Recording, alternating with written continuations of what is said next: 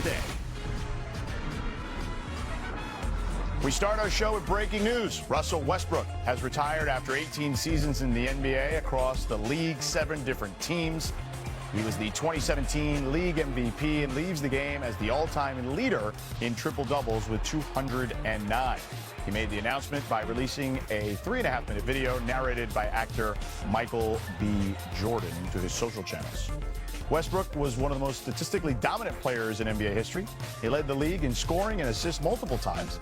He's also one of the 2 players in NBA history with 25,000 points and 10,000 assists, along with LeBron James.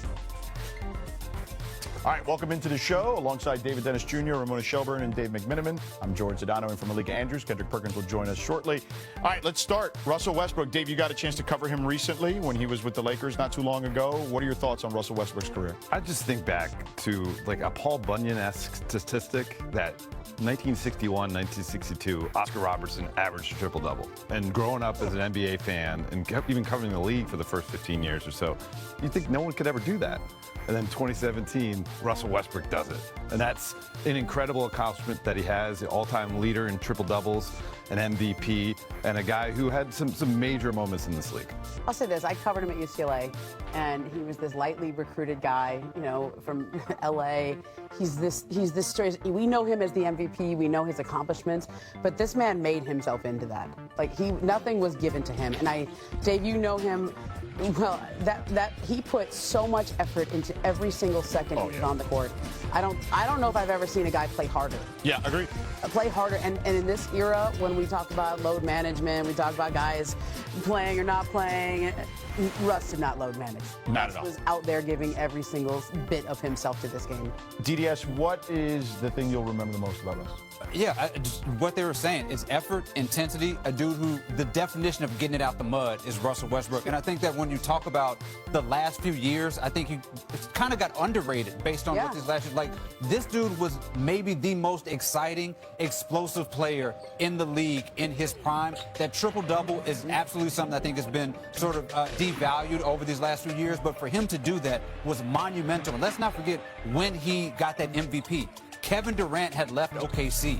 They were a team that everybody had discounted, and he went there and sort of a, revenge tour and got an MVP with that team. Like, Russell Westbrook is as real as it gets in this league. Think about the 2020 game where he shouted out Nipsey Hussle. That is Russell Westbrook in a nutshell. One of the realest dudes the league has ever seen. Yeah, an incredible athlete, an incredible player. What an accomplished career. Congratulations to Russell Westbrook on his retirement. We'll have more about Russ's career coming up shortly. But we'll continue the show here with a blockbuster, an NBA sale. Josh Kushner and Bob Iger are buying the Lakers for a record $12.5 billion per our Ramona Shelburne, who's sitting right here this morning. The sale comes just under a year after Mark Walter took control of the franchise when his bid was approved by the league back in October of 2025. Walter told Ramona in a statement, "Owning the Los Angeles Lakers has been one of the great honors of my life, an extraordinary investment, but what I will carry with me is the community, the fans, and a city that treats this team as family. I'm grateful to Jeannie Buss, the Buss family, the players, and the staff for welcoming me into this chapter. The Lakers belong to Los Angeles, and I have every confidence the best is still ahead."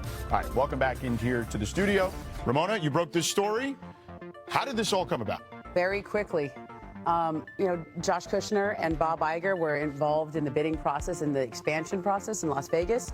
Those numbers have started to go astronomically to a high level that they are smart enough to go, why would we pay this much money for an expansion franchise where we also have to spend another $2 or $3 billion to build an arena in Las Vegas without at least calling the Lakers and seeing if Mark Walter's interested in selling? And that phone call was made on Sunday, and over the next couple of days, they came to an agreement on this deal.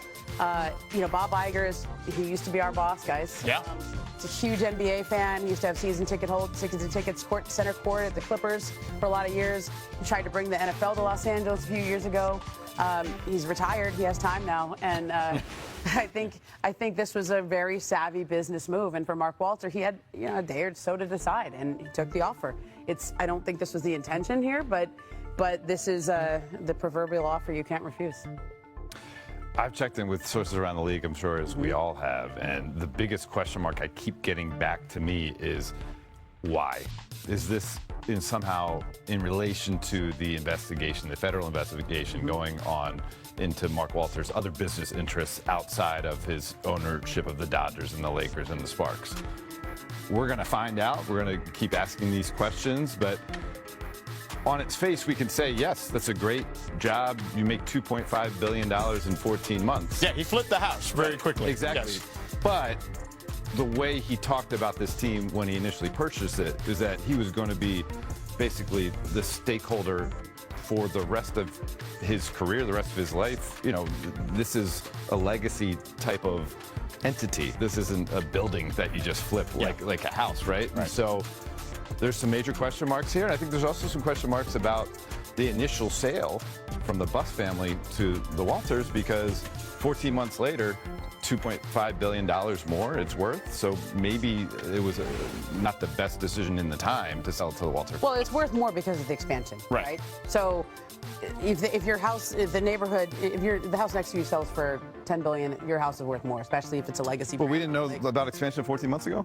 Yeah, that's true. I mean, but I'm just saying the numbers have gotten real. I think Yeah. when people thought about expansion, it was seen as 6 to 8 billion at the time. I think it's going well north of that now. And I think that it was a smart pivot. I mean, you could buy, this is Josh Kushner has he runs Thrive Capital. They just started another fund called Thrive Eternal, which is investing in legacy brands. They bought a minority share of the San Francisco Giants earlier this year.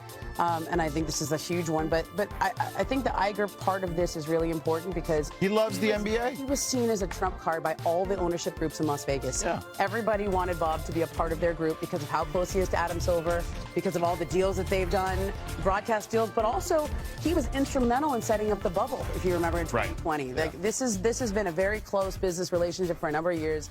Obviously, the Q rating is pretty high from his time as an executive at Disney.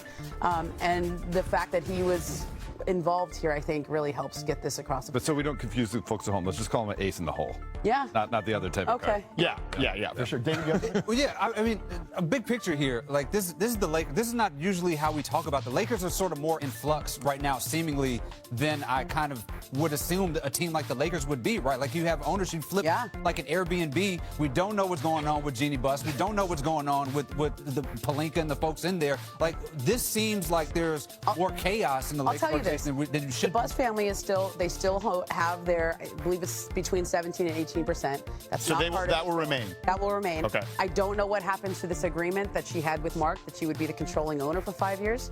I think my guess is that goes with the sale. Out the window, basically. I don't think.